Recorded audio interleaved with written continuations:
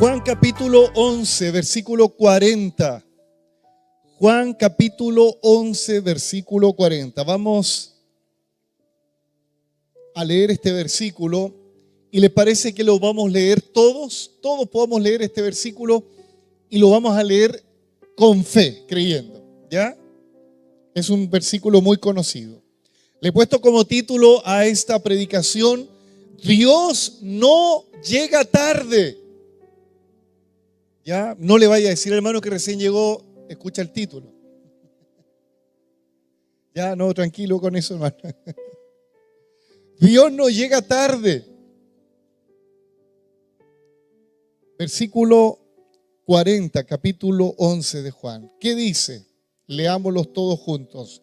Jesús le dijo: ¿no te he dicho, verás la gloria de Dios? Wow.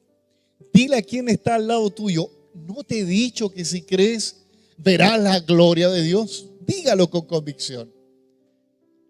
Pero dígalo con fe, no así como por si acaso. No. ¿No te he dicho que si crees verás la gloria de Dios? ¿Qué se necesita para ver la gloria de Dios? Creer. Bien, terminó el mensaje. No, hermano, broma. Necesitamos creer para ver la gloria de Dios. Nosotros vivimos en un sistema que todo está esquematizado por pasos. Cuando uno va a una librería secular cualquiera, siempre se va a encontrar con libros de autoayuda que dicen 7 pasos para ser feliz. ¿O no? 5 acciones para alcanzar el éxito. ¿Usted ha tenido esos libros en sus manos que son de autoayuda? Hoy está muy de moda los coaches motivacionales, los entrenadores. Ellos tienen un discurso que en 3 pasos ya tú logras ir a la luna casi. De verdad es extraordinario. Pero en Dios hay algo que Él nos ha otorgado como regalo y es la fe. La fe no es algo que te brotó a ti de la noche a la mañana, no. La Biblia dice que la fe viene por oír la palabra inicialmente. Pero también la fe tiene un autor y consumador, y es Jesús. No es la religión, no es un personaje religioso, es Jesús. Él es el autor y consumador de la fe. Y es un don de Dios que nos otorga. Es una gracia de Dios. Y esa fe es tan importante que cuando la vivimos, la aplicamos, podemos tener experiencias extraordinarias con Dios. Inicialmente la salvación, porque por la fe en Jesucristo somos salvos. Pero también en el peregrinaje esta fe nos lleva incluso a protegernos de los ataques del diablo. ¿Usted sabía eso? El apóstol Pablo dice en su carta a los Efesios que Dios nos dio el escudo de la fe. ¿Para qué? Para apagar los dardos de fuego del maligno. Entonces la fe es un don que nos sirve para muchas cosas. Pero en este contexto, el Señor Jesucristo le dice a una mujer llamada Marta que estaba desesperada, angustiada al extremo. ¿Por qué? Porque su hermano Lázaro había fallecido. Dicen que no hay mayor angustia cuando fallece un esposo, un hijo o un hermano. No hay mayor angustia. Y aunque uno sea cristiano, uno ha de sentir una espada que atraviesa el alma cuando un ser querido ya no está con nosotros. Creo que todos quienes estamos acá hemos tenido la angustia y la pena de haber tenido que despedir a un ser amado. Y dígame que es una espada que atraviesa. Es así. Pero gracias a Dios que nosotros tenemos a aquel que dijo que era el príncipe de paz. Y Él nos otorga paz. En este episodio vemos que Jesús está con los discípulos cerca de Betania. Betania era una ciudad cerca de Jerusalén. Y el Señor Jesucristo iba en dirección a Jerusalén a celebrar la Pascua. Y ustedes saben que en esa escena el Señor también muere, resucita. Entonces Jesús, cuando va hacia Jerusalén a celebrar la Pascua, vienen unos mensajeros a decirle a Jesús: Jesús, tu amigo, el que amas, está gravemente enfermo. Y Jesús le da una respuesta a estos mensajeros que habían sido enviados por Marta y María, y les dice algo extraordinario. Les dice: esta enfermedad no es para muerte, sino para que la gloria de Dios se manifieste en él. Entonces los mensajeros fueron con el recado de Jesús, y me imagino que Marta y María, al escuchar ese mensaje, dijeron: wow, qué bien. Tal vez dijeron entre ellas: no va a morir, porque Jesús dice que esta enfermedad no es para muerte. Sin embargo, aparece en el texto que pasaron los días, y ¿qué pasó con Lázaro? Murió. Entonces, es ahí donde el ser humano a veces se encuentra en esa incertidumbre, cuando Dios te promete algo y ves que lo que te prometió no está visible delante de ti. ¿Cuántas cosas nosotros hemos recibido de Dios y hoy no la tenemos, o va de mal en peor? ¿A alguien le ha pasado esto? Tú dices: Dios me dijo algo, pero esto va de mal en peor. Tanto así que Lázaro se murió. ¿Cuántas cosas y cuántos asuntos en nuestra vida se han muerto, aún sabiendo que Dios dijo que iba a hacer algo con ellos, con ella, o contigo, o con una situación, y si está muerto? Pero Jesús te dijo: pero esto no es para muerte. Y tú dices: pero ¿cómo no es para muerte? Yo lo veo muerto. Humanamente yo no le veo solución. Y es más, hay dichos que a veces nosotros acuñamos que parecieran que a veces pesan más que lo que Dios nos dice, como por ejemplo: todo tiene solución menos. ¿Acaso Dios no tiene solución para la muerte? Todo tiene solución, pero nosotros nos desmoronamos. Y me imagino que Marta y María estaban ahí ya en el velorio de su hermano, y la gente le preguntaba: ¿y dónde está su amigo Jesús? Porque dice el texto que Jesús amaba a Lázaro y era su amigo. Los entendidos dicen que Jesús pasaba gran parte de su descanso justamente en la casa de Marta, María y Lázaro. 3 hermanos que recibían a Jesús para que Jesús pudiera descansar.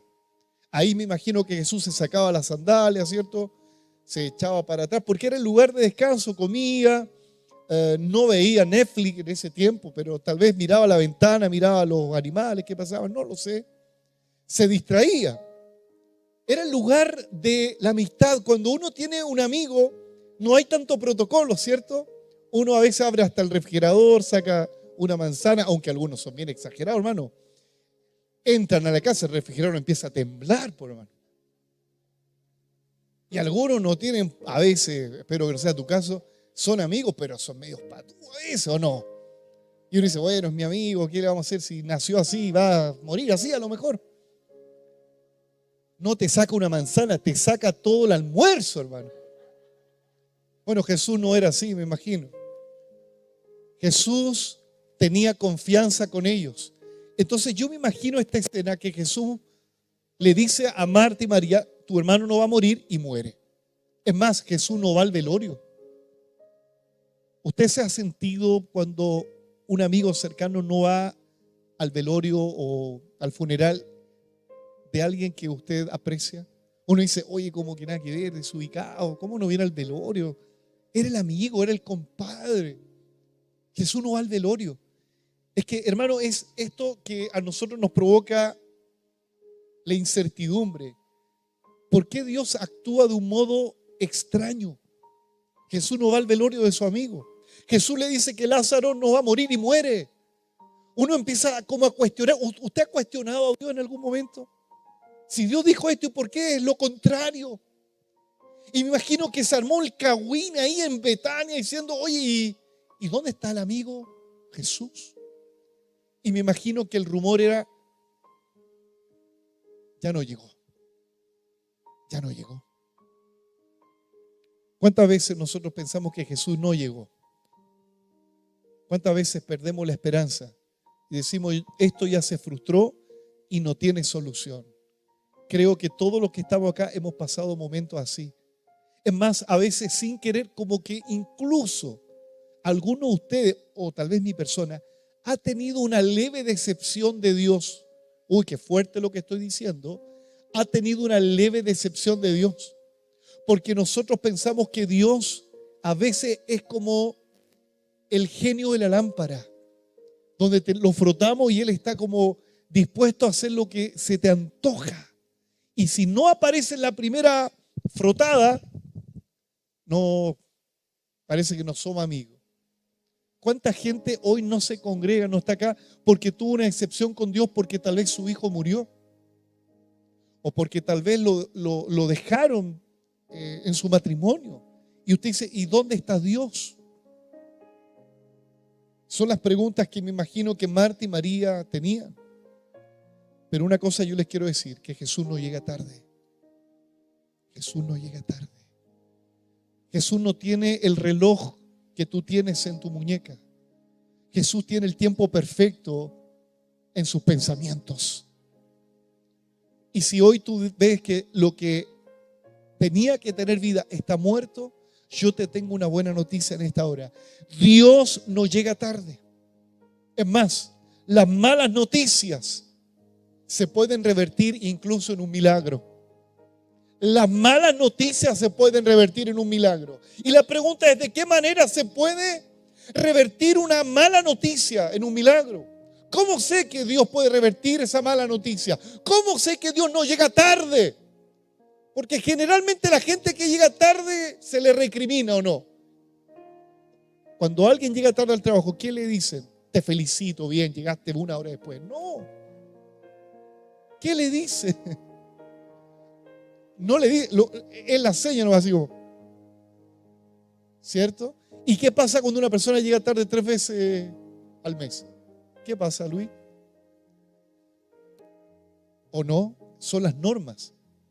Y a veces nosotros decimos, oye, parece que el Señor se ha tardado. Y sin querer, como ya dejamos de hablar con Él. No, ¿para qué? ¿Cuántas veces te ha pasado esto? ¿Para qué voy a ir a la iglesia si esto va de mal en peor? ¿Para qué orar si veo que no hay respuesta? ¿Usted lo ha dicho o lo ha hecho? Veo solamente a Gabriel y al arcángel Miguel con ala ahí.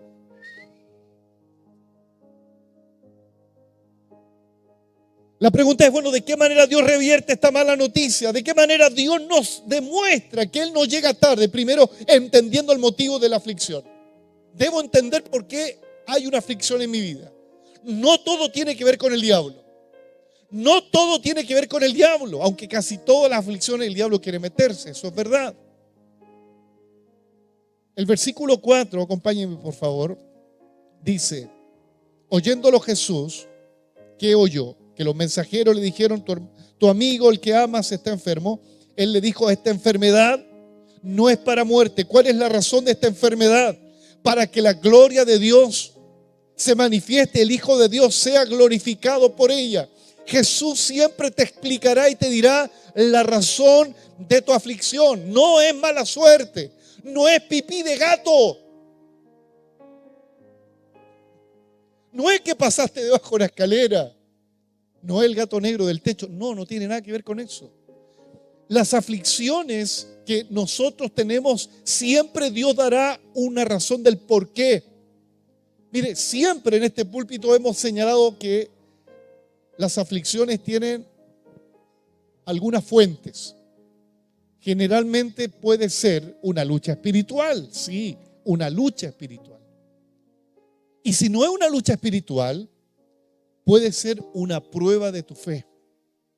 Y en la prueba de la fe no es castigo, ojo, la prueba no es castigo, la lucha tampoco es castigo, porque tenemos una lucha constante. Puede ser una aflicción donde Dios permite que venga una enfermedad sobre ti, que venga una aflicción y Dios dice, quiero ver cómo reacciona. Pero no porque Dios sea antojadizo, caprichoso, no, porque es la única manera que nuestra fe sea probada, tiene que ser en el calor intenso, como el oro en el crisol. ¿Qué es lo que Dios prueba en el ser humano? ¿Qué es lo que Dios prueba? 2 asuntos: la fe y lo que hay en el corazón. ¿Cómo reaccionas ante la adversidad? Y la tercera probable fuente de esta lucha, esta aflicción, puede ser la consecuencia de un pecado. Hermano, hay pecados que Dios sí los perdona, pero las consecuencias, damas y caballeros, vamos a tener que asumirlas.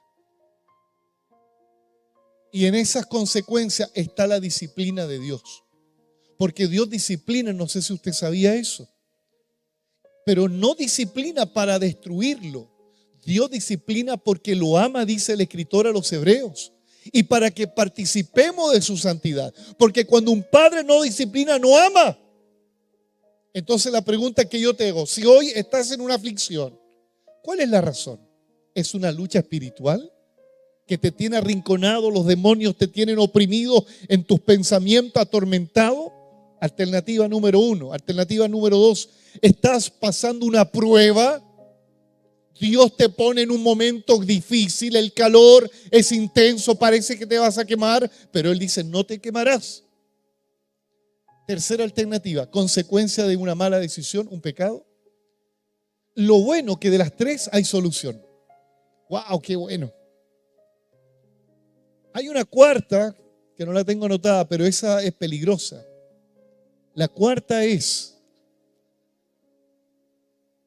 cercana a la tercera, cuarta, cuando de aquí, del pecado, yo no me arrepiento. Y no me arrepiento. Y sigo viviendo una vida a mi manera. Y creo en Dios intelectualmente y sé que Él es bueno, pero sigo porfiando y sigo pecando. ¿Sabe qué? La cuarta tiene que ver con destrucción. Porque la paga del pecado no es misericordia, es muerte. Y cuando un creyente que conoce a Dios peca y está siendo afligido, ¿sabe lo que ocurre? Los demonios vienen y comienzan a destruirlo. Por eso, hermanos amados, uno tiene que saber en qué situación me encuentro. ¿En qué situación me encuentro? ¿Qué aflicción me tiene hoy entre cuerdas? ¿La lucha espiritual, la prueba o las consecuencias de mi pecado? Usted lo tiene claro, ¿cierto? Jesús, ¿qué le dijo a Marta? ¿Esta enfermedad es por el pecado? ¿Le dijo eso o no? No. ¿Esta enfermedad es porque los demonios lo están oprimiendo? Tampoco. ¿Por qué era? Para que la gloria de Dios se manifieste. Damas y caballeros, quiero decirles lo siguiente. En cualquiera de estas tres alternativas, la gloria de Dios se manifiesta. La gloria de Dios se manifiesta para vencer a los demonios. La gloria de Dios se manifiesta para que resista la prueba. No le pidas que te quite la prueba. Dile a Dios que te aumente la fe para que venzas la prueba. Y vas a ver la gloria del Señor. Y si estás en el pecado y sin arrepentirte, oh, el pastor, ¿por qué dice esa palabra tan fuerte? El público se va a ir. Hermano, no puedo adornar. El pecado es pecado. Pero hay una buena noticia, que si nos arrepentimos de corazón y confesamos nuestros pecados, Él es fiel y justo para perdonarnos y limpiarnos de toda maldad. En las tres podemos ver la gloria de Dios. En las tres. Gracias al Señor. Esta enfermedad es para que la gloria de Dios se manifieste. El apóstol Pablo, usted conoce tal vez la vida del apóstol Pablo. El apóstol Pablo era un hombre usado extraordinariamente por Dios. Él ponía las manos sobre los enfermos y estos sanaban. Los endemoniados eran libres. Sin embargo, Pablo tenía una aflicción en la cual él no podía ser libre. Era un aguijón. Ahora, este término aguijón no era literal. No es que Pablo tenía una espina atravesada, un chuzo en la espalda, no. Pablo ocupa un lenguaje metafórico para decir en 2 Corintios capítulo 12. Pablo dice, conozco un hombre que fue al tercer cielo, y habla de él. Y él dice, y vi asunto extraordinario que mi lenguaje no lo pueden expresar. Y para que esa revelación no me exaltase en gran manera, Dios permitió que un mensajero de Satanás me abofetease. La palabra griega que aparece ahí es que me pegara con rudeza. Y este mensajero de Satanás, probablemente, dicen los entendidos, haya sido una enfermedad en la cual Pablo le pidió 3 veces al Señor poder ser librado de ese aguijón. Pero Pablo sabía muy bien por qué tenía esa enfermedad. Porque Dios le dijo, para que Pablo tú no te engrandezcas, no te creas más de lo que no eres, para que esas revelaciones no te vuelvan loco, para que no mires a tu hermano debajo del hombro. Yo permito que una enfermedad te golpee. Y aunque tú le pidas 3 veces, el Señor le responde y le dice, Pablo, no te voy a sanar. Es que ahí nos cuesta cuando Dios nos dice no. Porque nosotros hemos a veces escuchado un evangelio tan marketing.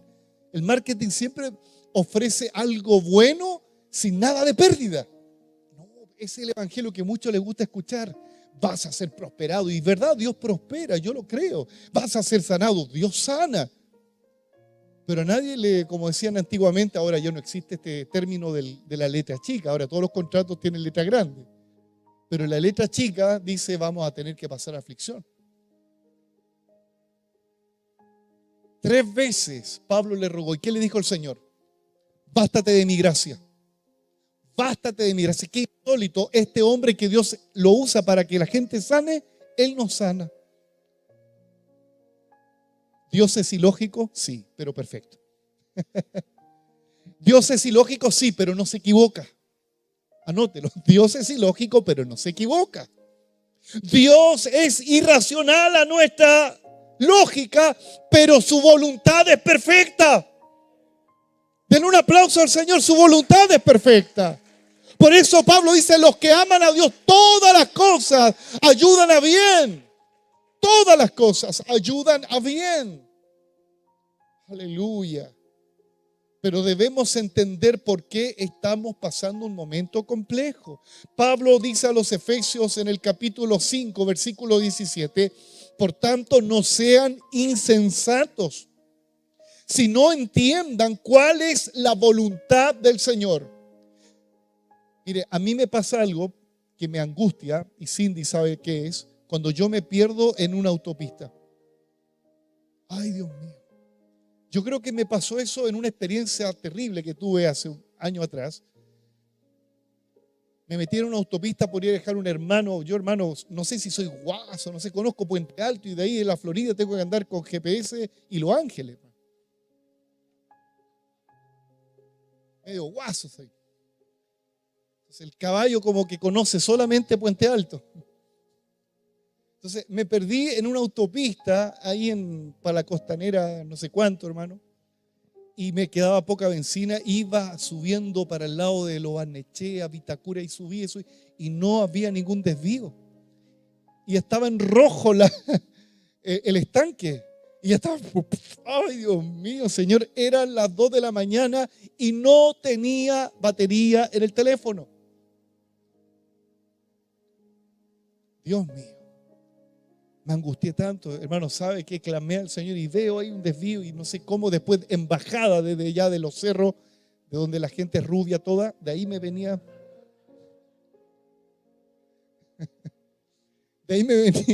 con el vuelito para acá. Y cada vez que estoy perdido, yo lo único que quiero, hermano, que haya una dirección, que haya algo claro. Que diga por lo menos, no sé, hay una benzina, o sea, una bomba de benzina, pero necesito una señal para estar tranquilo. Lo mismo debe pasar en el creyente cuando tú sabes que vas direccionado, que no andas a la deriva, no andas como las hojas del viento sopladas por el viento. No, tú sabes que lo que te pasa es complicado, pero sabes para dónde va la micro, como dice en Chile. Sabes para dónde vas. Vas a estar tranquilo. Vas a estar tranquilo. Por eso no debemos ser insensatos de cuál sea la voluntad de Dios. Ahora usted dice, pastor, ¿cómo sé la voluntad de Dios? Primero, hay un manual que te lo dirá. Ahora usted dice, pastor, pero dígame dónde, pues si eso, así somos.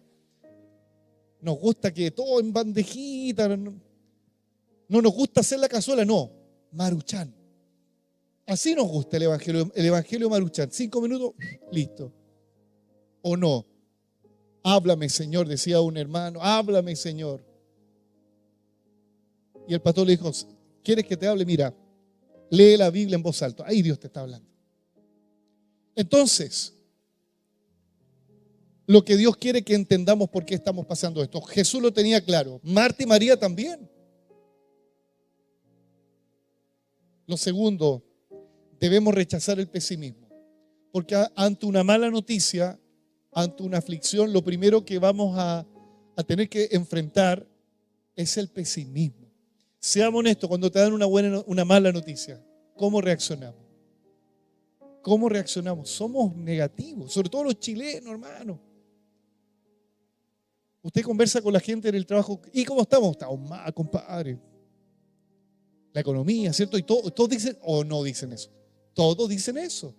Los medios de comunicación, el 80% del contenido es mala noticia. Usted va en el metro y ¿qué es lo que escucha? Malas noticias. Todo es mala noticia. Entonces, Jesús en el versículo 6 y 8 les dice lo siguiente a ellos. Cuando oyó Jesús que estaba enfermo, su amigo Lázaro quedó 2 días más en el lugar donde estaba. Luego, después de esto, dijo a sus discípulos, volvamos a Judea otra vez. Le dijeron los discípulos, Rabí, ahora procuran matarte y apedrearte.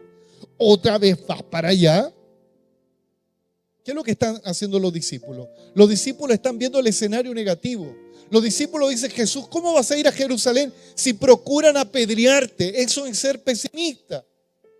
Es más, Jesús se queda 2 días más en el lugar. Entonces, si se queda 2 días más en el lugar donde estaba, ¿qué es lo que piensan los discípulos? Jesús va a llegar tarde. Jesús debería ir inmediatamente, porque si un amigo a mí me dice, Sergio, estoy grave, ¿qué es lo que hago yo? Trato de suspender las cosas y voy a verlo inmediatamente. Pero Jesús se queda 2 días, entonces me imagino que los discípulos hablando así como para adentro, así, uy, si me va que lo aman. 2 días. Entonces el ambiente era medio pesimista. Y la gente, o sea, uno de ellos le dice, no vayas allá porque te van a apedrear. Pesimismo. Un pesimismo adornado de piedad, de resguardar al Señor. Y hay algo interesante acá en el versículo 15.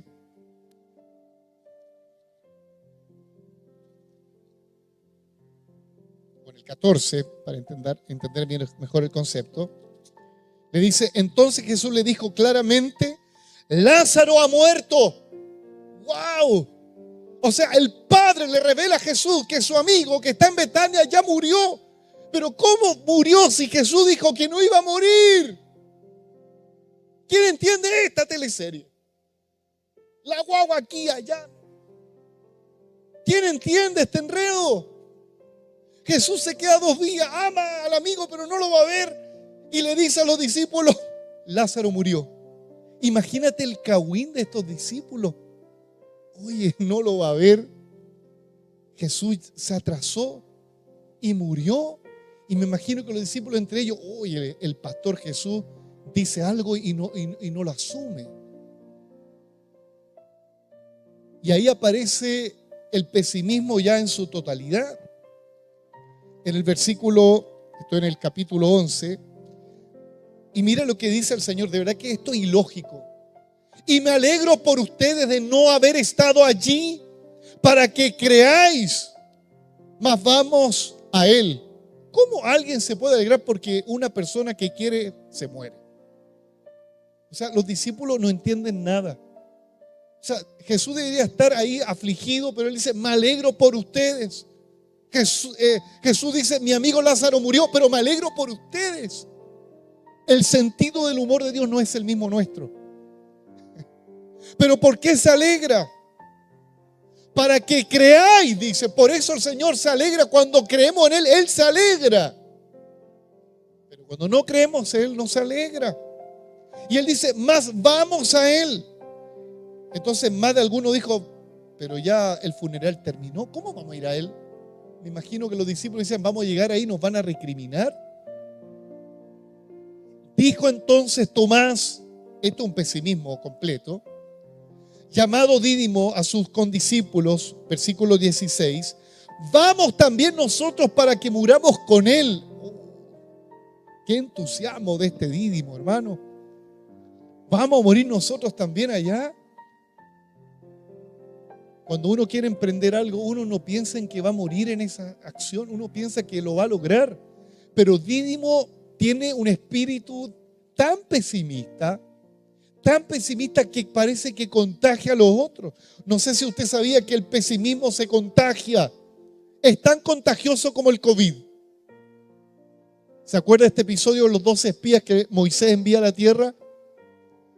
Hubieron 10 que dieron una lapidaria noticia, pero hubieron 2 que dijeron, el Señor está con nosotros, los comeremos como a pan, la tierra que Dios nos dio es nuestra. Pero ¿qué fue lo que predominó? Primero, la mayoría no creyó. Segundo, la mayoría se alarmó y se angustió por el reporte de una mala noticia. Vuelvo a decir, las malas noticias son contagiosas. Por eso siempre yo le digo, hermano, si usted se va a juntar con alguien que es pesimista, no lo rechace. Usted trate de convencerlo a creer, pero que su pesimismo no lo invada a usted. Por eso se dice que cuando hay una persona con depresión en un lugar, la mayoría debe tratar de sacar a esa persona de ese estado pesimista. Porque o si no, ese uno puede causar que todos caigan en el mismo precipicio de la angustia y la depresión. El escritor al libro de los Hebreos, ¿sabe lo que dice? Que una persona cuando tiene raíz de amargura contamina a otros. Y la raíz de amargura está asociada al pesimismo, a la depresión, a la tristeza. Ahora, si usted está en ese estado de depresión con raíz de amargura, yo respeto su estado de ánimo porque no soy quien para juzgarlo. Pero una cosa quiero decirle. Primero, identifique por qué está con depresión. Identifique por qué tiene una raíz de amargura. Jesús tenía claro que esta enfermedad era para que la gloria de Dios se manifestara. Segundo, sepa que la depresión y la raíz de amargura tienen solución. Dios puede sanar las heridas. Ese muerto que carga a alguien que está depresivo, Dios lo puede sacar de ahí. Dios lo puede hacer. Siempre van a haber gente pesimista cuando Dios dice que hay que hacer algo. La gente pesimista generalmente es muy prudente, es muy racional y es muy prejuiciosa. Pregúntele a Noé. Noé, pregonero de justicia, ¿se le ocurre a él hacer un arca? No. Fue al Señor y la gente lo criticaba, le decían que era un loco. Imagínate que solamente 8 personas se salvaron con Noé y la mayoría pereció anegada. Entonces, ¿qué es la estadística que puedo sacar? Que pareciera que siempre son los más pesimistas que los que son optimistas. Espero tener gente acá que sea optimista en el Señor. Yo esperaba un amén. Sí, optimista. No diga, que ahora la economía vamos a quedar todos más pobres. Como digo, como Dídimo, todos vamos a morir de hambre. No, hermano. Cuidado con la gente pesimista, no la rechaces. No la excomulgues. Acércate a ella y sé tú un instrumento para sacarla de ese estado. ¿Sabe? Me llama la atención cuando Job tiene esta gran prueba. Usted conoce la historia, ¿cierto? Job es probado por Dios. Y Job lo perdió todo. Sus hijos se murieron. Perdió sus riquezas. Perdió todo lo que él tenía. Un hombre con bastantes recursos. Todo se desmoronó. Y para rematar, Dios permite que Satanás lo hiera con una sarna que era desde la planta de sus pies hasta su cabeza. Una sarna que él tenía que rascarse con un tiesto, con una teja, porque estaba tan desesperado. ¿Y qué es lo que dice Dios de Job? Le dice a Satanás: ¿has visto a mi siervo Job, que es temeroso, recto? Era el hombre más perfecto de la sociedad en aquel momento.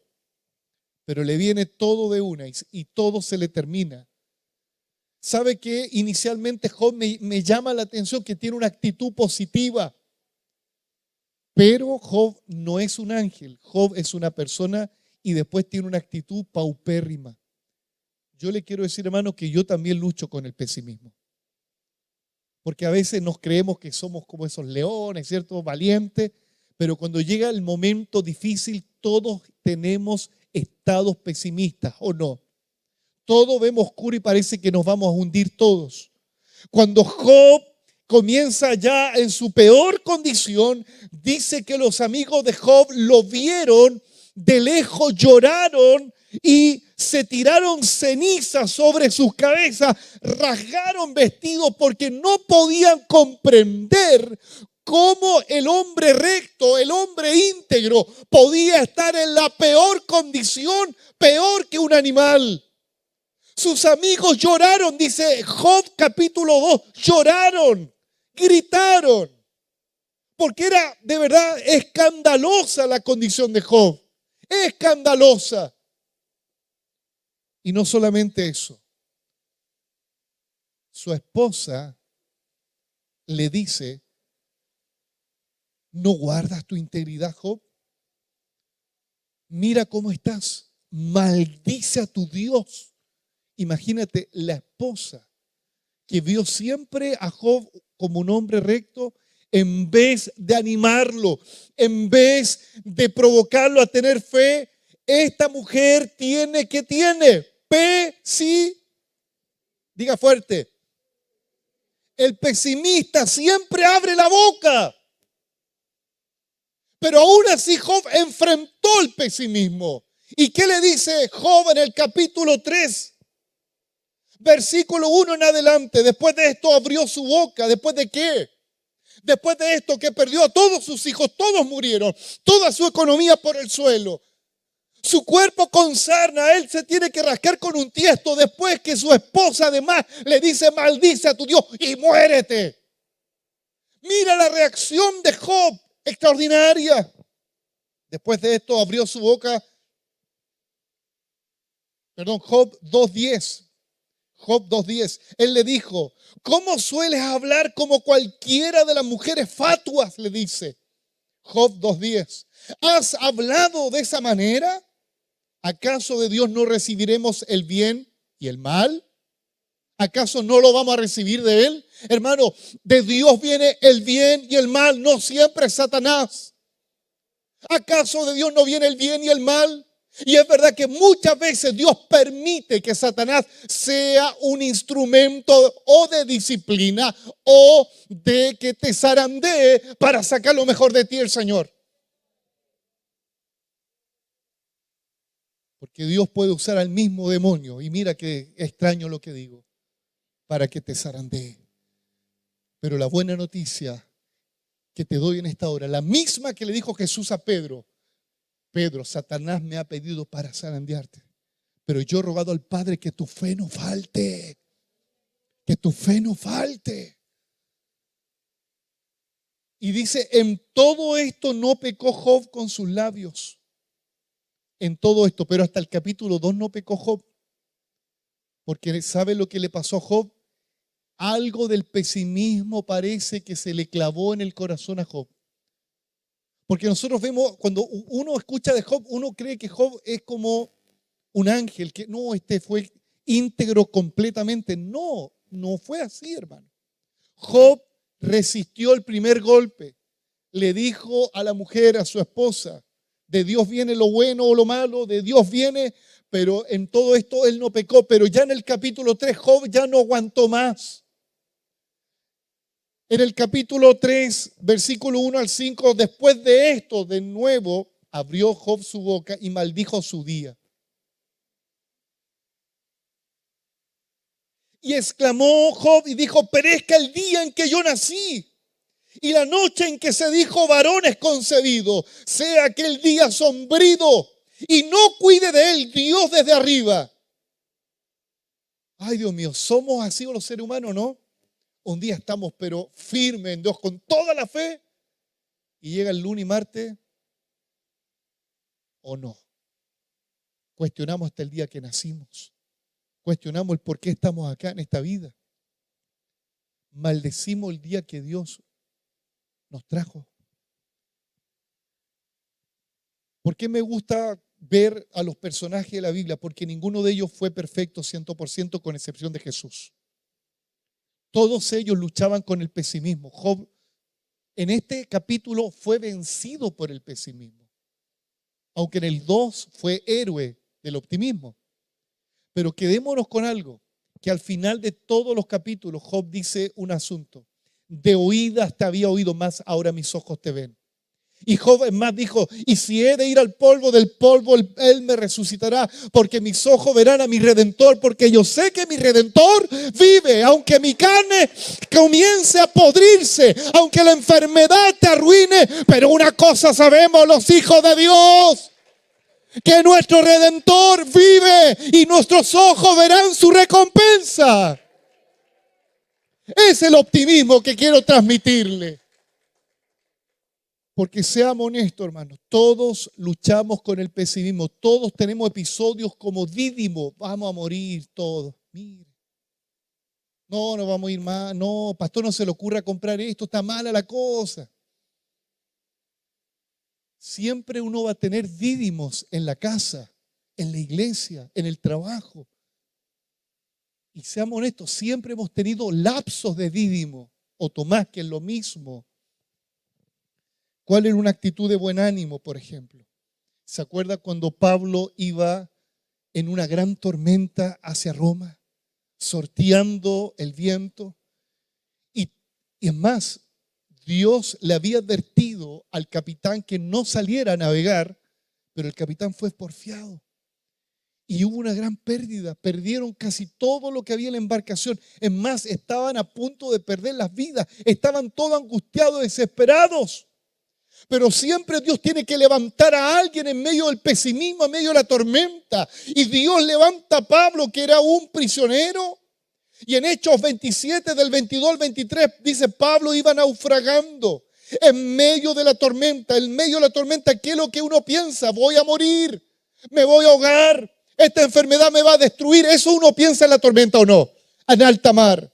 Pero siempre Dios tiene un Pablo, alguien para hablarte una palabra.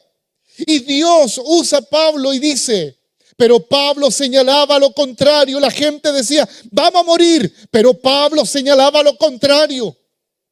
Y sabe lo que Pablo dice, y estas palabras le quiero decir a ustedes que piensan que se van a morir en alguna área de su vida, que piensan que la tormenta los va a devastar. Pablo dice estas palabras y el Espíritu Santo nos habla a generación encendida en Jesucristo.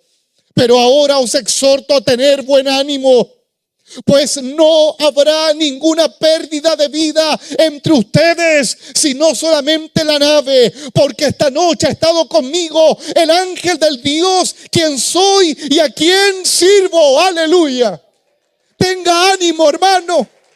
Sí, se pueden perder las cosas, el dinero se puede ir. La embarcación se puede deteriorar, el cuerpo se envejece, las enfermedades crónicas pueden venir, pero ten buen ánimo porque el ángel del Señor, el mensajero del Señor de esta iglesia inspirado por el Espíritu, te dice, no vas a morir. Aleluya, denle un aplauso al Señor. No te vas a hundir. Tenga ánimo. Porque así somos ante la catástrofe, el pesimismo nos invade. Y así estaban en Betania todos con un pesimismo grande, terrible. La tercera acción para saber que Dios no llega tarde y que Él ha de manifestar su gloria es que debemos creer en Dios y en sus promesas. Jesús llega después que Lázaro había muerto 4 días. Mira, cualquiera diría, mira, el lindo a la hora que viene. 4 días después,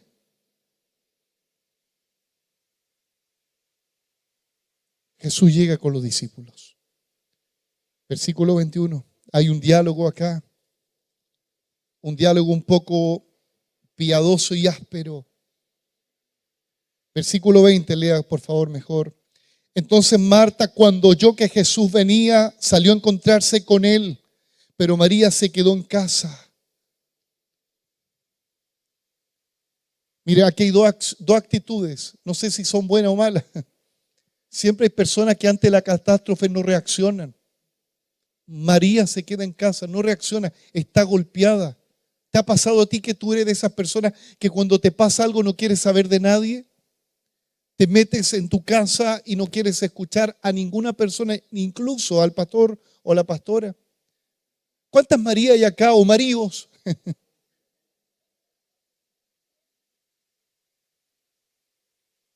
No quiero ser no, déjeme tranquilito nomás. Me imagino que María reflexionaba, porque era reflexiva María. Jesús, ¿por qué no vino? Nosotros que siempre le dábamos el mate, el tecito, el pan con queso. Y mira, María, ¿cuántas cosas no pensaba? ¿Cuántas cosas tú no piensas de Dios? Dice, yo me congregué fielmente, yo daba mis ofrendas, mis diezmos, nunca fallé, siempre me congregaba con lluvia, con terremotos, con tsunami, siempre estuve ahí. ¿Usted no se ha cuestionado como María? ¿Usted no mete tanta bulla? Marta es más arrebatada, Marta sale. Y hay hermanos que son así, no, este tema hay que arreglarlo ahora, po. Pero hay otros que no, que el tiempo cure la herida, María en la casa, tranquilita. Pero hay hermanos que son como Marta y Marto. No, hay que hablar con el pastor al tiro, no, al toque, hermano. Ahora hay que hablar con el pastor. No, nada que cuestione aquí. Mire, hay hermanos que son así. No le importa la hora. A las 2 de la mañana, pastor, quiero resolver un problema con usted. A las 2 de la mañana.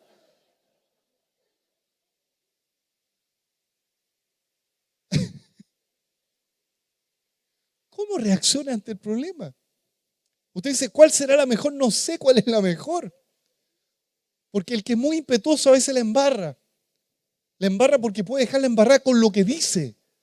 Porque los que son como Marta actúan, después piensan. Pero los que son como María piensan y piensan y piensan y no actúan. O sea, yo no sé qué será mejor. Bueno, Dios nos dé iluminación. Versículo 21. Y Marta dijo a Jesús, yo no sé con qué tono se lo dijo, si hubieras estado aquí, mi hermano no habría muerto. ¿Qué cree que es el tono? ¿Reclamo o no? Juan María decía, quédate aquí, Marta, déjame, quédate aquí. ¿Te has visto esos apoderados en el colegio? Quiero hablar con la directora ahora. Porque el niño se tropezó. Y María tiene al niño todo moritado todo el año. No hace nada. Le hacen bullying al niño. No, oremos al Señor. Si hubiese estado aquí Jesús. Ay, Dios mío. Mi hermano no hubiese muerto. Nosotros generalmente le ponemos a Dios las condiciones. Y como que nosotros tenemos que a Dios decirle, ¿tú te habías hecho esto, por Señor? Y dice el versículo 22, más también sea ahora que todo lo que pidas a Dios, Dios te lo dará. Esto es una gráfica muestra de cómo es el ser humano. Le reclama a Dios, pero también muestra piedad. Pero sé que tú puedes hacer algo. Una oración entre un tono de reclamo y de fe. Pero no es una fe que la que el Señor quería esperar o escuchar. ¿Y qué le dice el versículo 23? Jesús le dijo, tu hermano resucitará. ¿Y por qué le dijo resucitará? Porque Jesús le había dicho antes a los mensajeros que él no iba a morir, aunque murió, pero no iba a quedar en la tumba. Marta le dijo, yo sé que resucitará, pero mira, ella, yo digo, ella es una hermana, con todo respeto, de la iglesia reformada donde no creen en los milagros. Bautista a lo mejor, aunque los bautistas creen en milagros. Bautriste. No sé.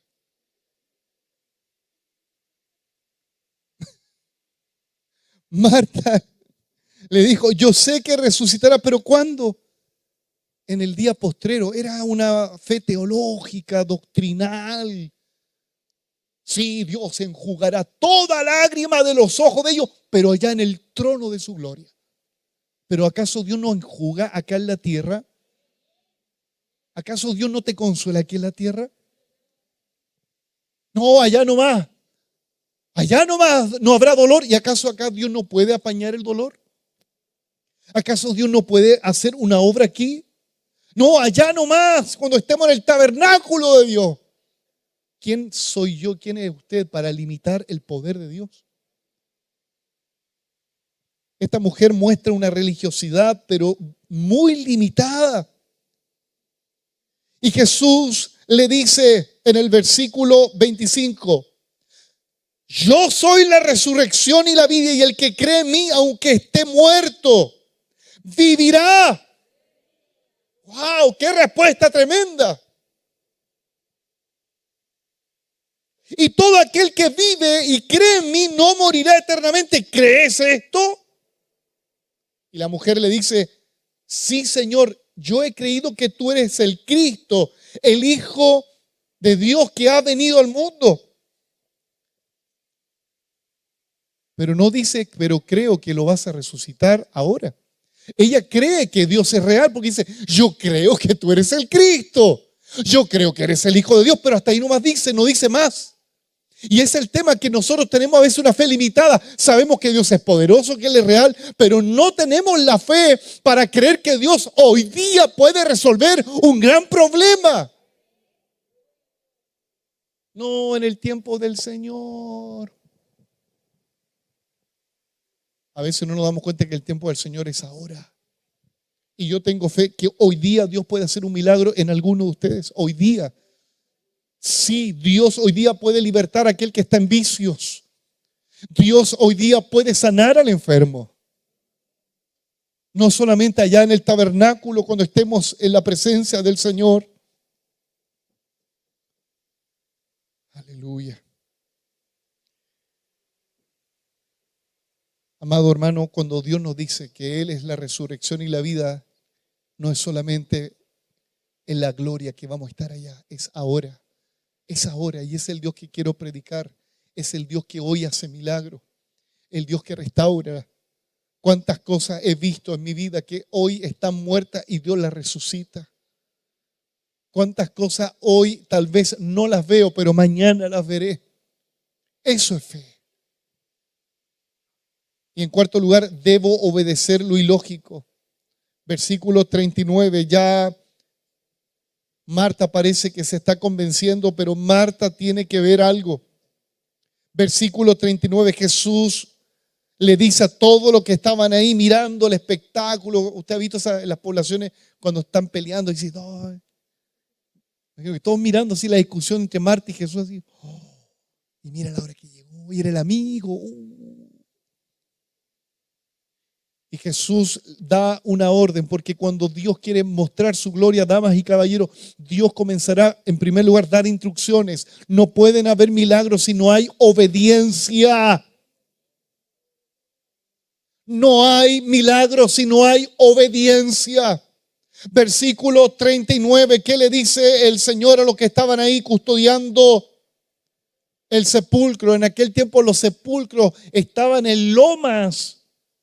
Y generalmente la tapa del sepulcro eran unas piedras calizas, algunas de un gran tamaño, pesadas. Entonces Jesús le dice en el versículo 39, quiten la piedra. Marta, la hermana del que había muerto, le dijo, pero Señor, ya está podrido 4 días. Ay, Dios mío.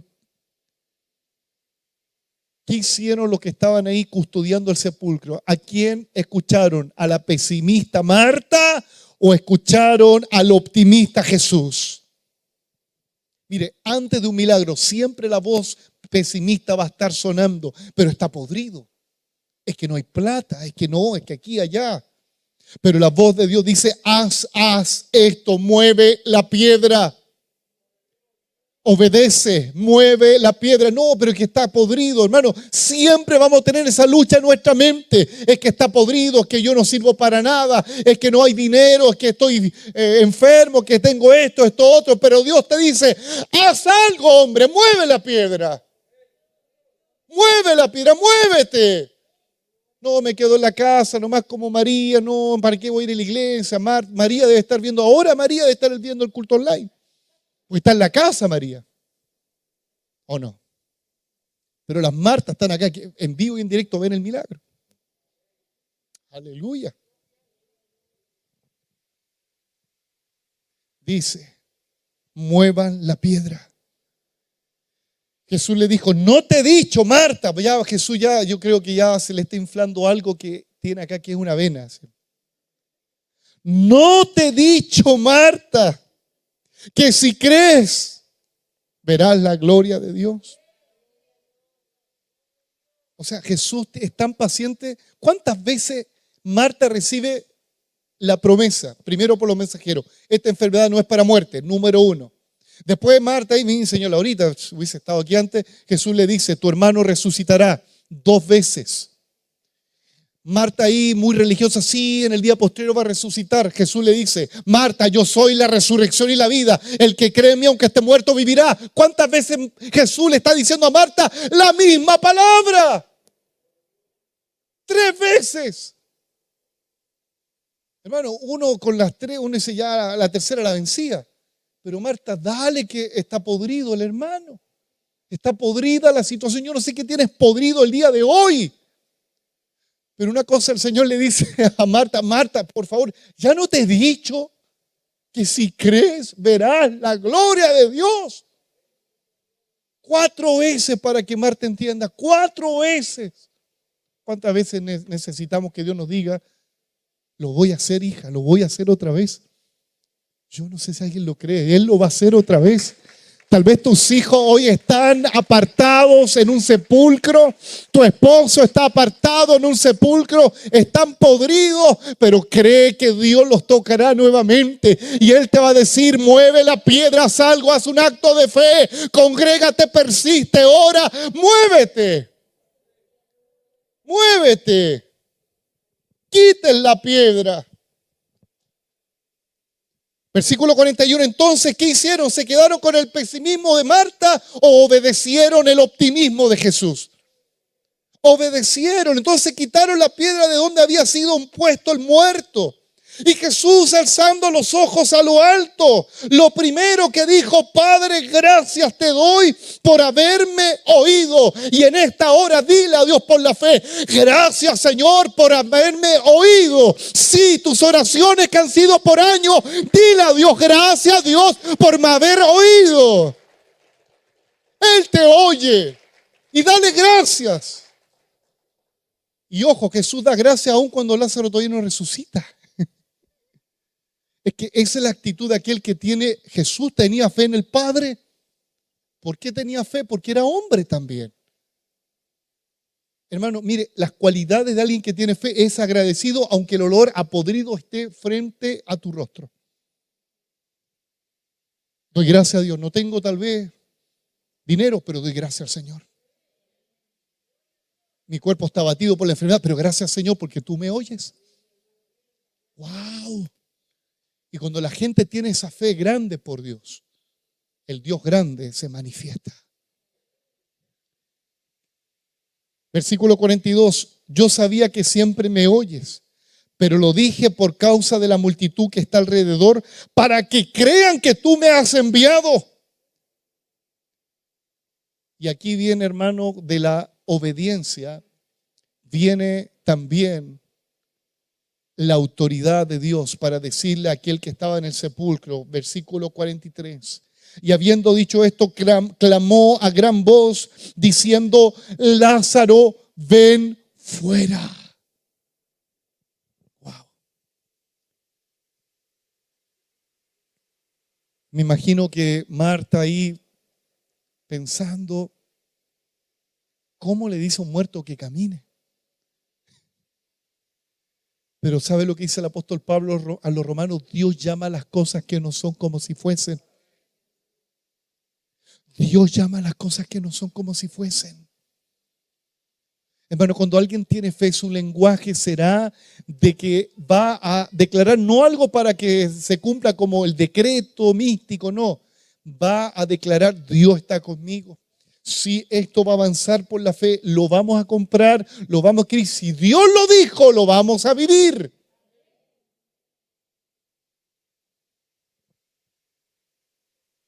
Y el que había sido muerto salió atadas las manos, los pies con vendas y el rostro envuelto en un sudario. Y Jesús le dijo: desatadle y dejadlo ir.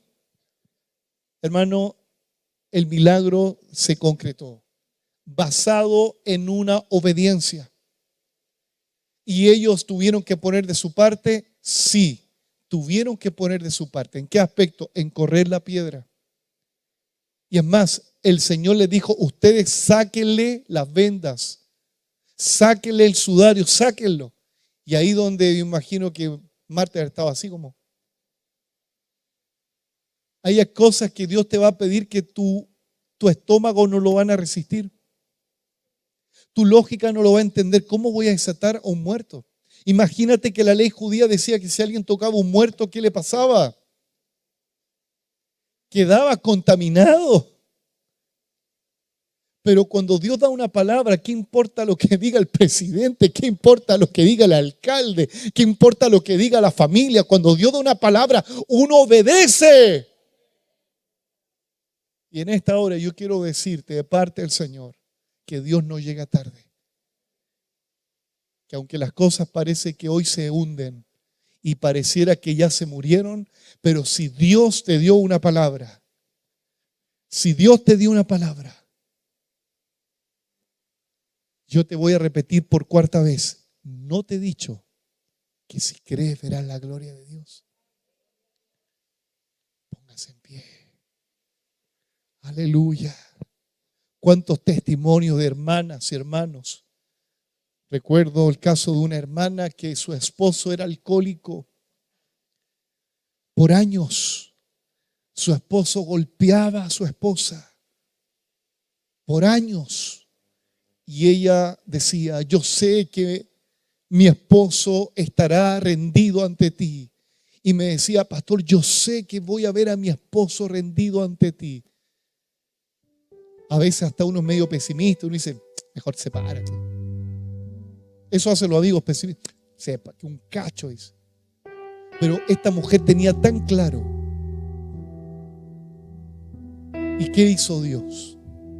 Fui testigo de cómo Dios tocó a ese hombre borracho, a ese hombre que la violentaba. Dios lo tocó y fue una nueva criatura. Tuve la oportunidad de orar por él. Aleluya. ¿Habrá algo imposible para Dios? Nada es imposible. Todo es posible para aquel que en él cree. Todo es posible. Yo no sé lo que hoy tienes ahí en el sepulcro. Un diagnóstico está en el sepulcro con mal olor. No lo sé. Yo no sé lo que te atemoriza. Yo no lo sé. Pero una cosa yo sé. Que aunque no vea a Cristo, Él me ve. Y que aunque vea todo adverso, Dios está con nosotros. Aleluya. Si hay personas que tienen algo imposible y tal vez tú te encuentras como Lázaro, hediondo, podrido o podrida, yo te invito a que vengas acá, porque el poder de la resurrección que operó en Cristo resucitándole de los muertos está aquí con nosotros. Si hay personas que están luchando con algo, que no pueden ser libres. Yo conozco gente que ha salido de la droga, ha salido de la pornografía. Yo conozco gente que era satánica, hoy son hijos de Dios. Aleluya, Dios te está llamando. No hay nada imposible para Dios. Nada es imposible para Dios. Ven, sal de tu silla. Ven con fe a tener un encuentro con el Señor. Ven con fe. Ven con fe.